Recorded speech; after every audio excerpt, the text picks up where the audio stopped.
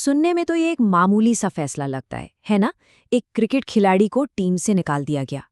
पर कभी-कभी एक छोटा सा फैसला एक ऐसी आग भड़का देता है जिसमें खेल, राष्ट्रीय गौरव और सियासत सब कुछ उलझ जाता है। और इसके जो नतीजे निकलते हैं वो सबको हैरान कर देते हैं। तो सवाल यही उठता है कि आखिर एक क्रिकेटर को टीम से बाहर करना इतना बड़ा अंतर्राष्ट्रीय संकट कैसे बन गया? चलिए इस कहानी को शुरू से समझते हैं। इसकी शुरुआत हुई एक बहुत ही सीधे साधे फैसले से।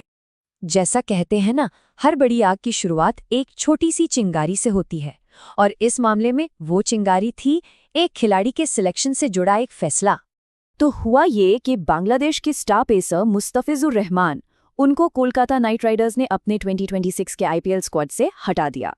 अब ये केकेआर का अपना फैसला नहीं था, ये हुआ बीसीसीआई यानी भारतीय क्रिकेट कंट्रोल बोर्ड के एक निर्देश के बाद। और ये सब उस वक्त हो रहा था जब दोनों देशों के बीच रिश्ते कुछ ठीक नहीं चल रहे थे। तो समझ रहे ना, ये सिर्फ एक खिलाड़ी को हटाना नहीं था, ये एक तरह का राजनीतिक संदेश था। और इस फैसले का रिएक्शन, वो तो फौरन आया और बहुत जबरदस्त था। देखते ही देखते मामला क्रिकेट के मैदान से निकलकर सीधे राष्ट्रीय गौरव का बन गया। अब जरा बांग्लादेश सरकार का रिएक्शन देखिए। उनकी सूचना और प्रसारण मंत्रालय ने बाकायदा कहा कि इस फैसले ने देश के लोगों को दुखी, आहत और क्रोधित किया है। ये सिर्फ शब्द नहीं थे, ये साफ इशारा था कि अब ये मुद्दा क्रिकेट से कहीं आगे निकल चुका था और राष्ट्रीय गौरव का विषय बन गया था। और इसी राष्ट्रीय भावना को देखते हुए सरकार ने एक बहुत सख्त कदम उठाया।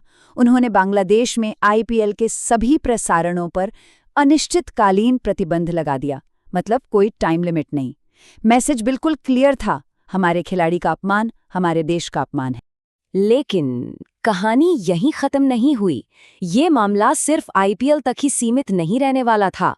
ये विवाद अब और बड़ा होने जा रहा था और सीधे पहुंचने वाला था क्रिकेट के सबसे बड़े मंच पर, T20 विश्व कप। अब पिक्चर में एंट्री होती है बांग्लादेश क्रिकेट बोर्ड यानी बीसीबी की। वो इस मामले को सीधा आईसीसी के पास ले गए और वहां उन्होंने सुरक्षा चिंताओं का हवाला देकर एक ऐसी मांग रख दी जिसने सबको चौंका दिया। उन्होंने कहा कि बांग्लादेश के सारे T20 world cup match Bharat से बाहर सह मेजबान श्रीलंका में शिफ्ट कर दिए जाएं। और बस यहीं आकर मामला एकदम आमने सामने आ गया। एक तरफ था बीसीबी जो साफ कह रहा था कि हम सुरक्षा की वजह से भारत में नहीं खेलेंगे। दूसरी तरफ थी आईसीसी जिनका कहना था कि उनके रिस्क असेसमेंट के हिसाब से खतरा कम से मध्यम है जिसे मैनेज किया जा सकता है। और टूर्नामेंट का शेड्यूल तो फाइनल हो चुका है, वो बदला नहीं जा सकता। एक डेडलॉक, कोई भी पीछे हटने को तैयार नहीं था। अच्छा, जब भी इतने बड़े विवाद होते हैं ना, तो एक सवाल हमेशा उठता है, पैसों का क्या? क्या बांग्लादेश के इस बैन से आईपीएल के खरबों की वित्तीय मशीनरी को वाकई कोई चोट पहुंची? पहले जरा इस आंकड़े पर एक नजर डालिए। 48,000 करोड़ रुपए से ज्यादा, ये सिर्फ आईपीएल के 2023 से 2027 तक के मीडिया राइट्स की कीमत है। इससे अंदाजा लग जाएगा कि हम किस स्तर की बात कर रहे हैं। ये पैसों का समुंदर है, आसान भाषा में। तो क्या इस बैन से आईपीएल को आर्थिक तौर पर कोई चोट पहुंची? जवाब है ना के बराबर। विशेषज्ञों का मानना है कि बांग्लादेश के बैन का आईपीएल के कुल राजस्व पर 2% से भी कम असर पड़ा। अब सवाल है, ऐसा क्यों? वो इसलिए क्योंकि मीडिया राइट्स के जो सौदे होते हैं ना, वो पहले से ही पक्के होते हैं, पेमेंट की गारंटी होती है। इससे फर्क नहीं पड़ता कि कोई एक देश उसे प्रसारित कर रहा है या नहीं। तो अगर आईपीएल को नुकसान नहीं हो रहा तो फिर हो किसे रहा है? असली नुकसान तो खुद बांग्लादेश के अंदर हो रहा था। वहां के जो ब्रॉडकास्टर थे उन्होंने राइट्स के लिए पैसा दे दिया था, अब उनका विज्ञापन राजस्व डूब गया। जो स्थानीय विज्ञापन दाता थे उनके हाथ से एक बड़ा मार्केटिंग प्लेटफॉर्म चला गया। और सबसे बड़ा नुकसान बांग्लादेश के उन करोड़ों प्रशंसकों का हुआ जो दुनिया की सबसे बड़ी T20 लीग देखने से वंचित रह गए। लेकिन इंतजार कीजिए, इस कहानी का सबसे नाटकीय, सबसे चौंकाने वाला मोड़ अब भी बाकी था। ये जो बाहर का संघर्ष था ना, अब वो बांग्लादेश क्रिकेट के अंदर ही एक बड़े विद्रोहों की वजह बनने वाला था। और इस आग में घी डालने का काम किया बीसीबी के एक डायरेक्टर नजमुल इस्लाम के इस बयान ने। उन्होंने सीधे खिलाड़ियों के प्रदर्शन पर सवाल उठाया और कहा, आपने प्रदर्शन नहीं किया तो पैसे वापस करें। सोचकर देखिए, ये खिलाड़ियों के लिए एक सीधा अपमान था।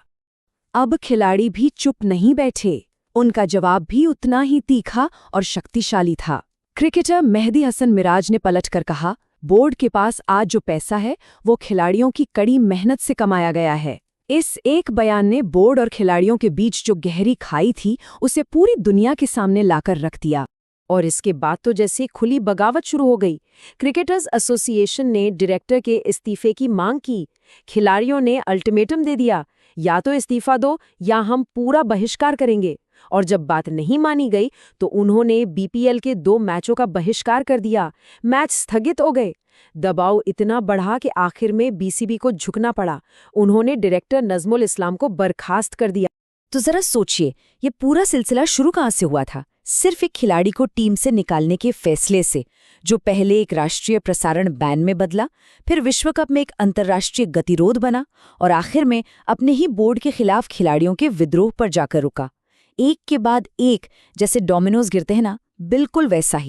इस पूरी उठापटक में प्रशंसकों से लेकर खिलाड़ियों और ब्रॉडकास्टर्स तक कीमत तो कई लोगों ने चुकाई।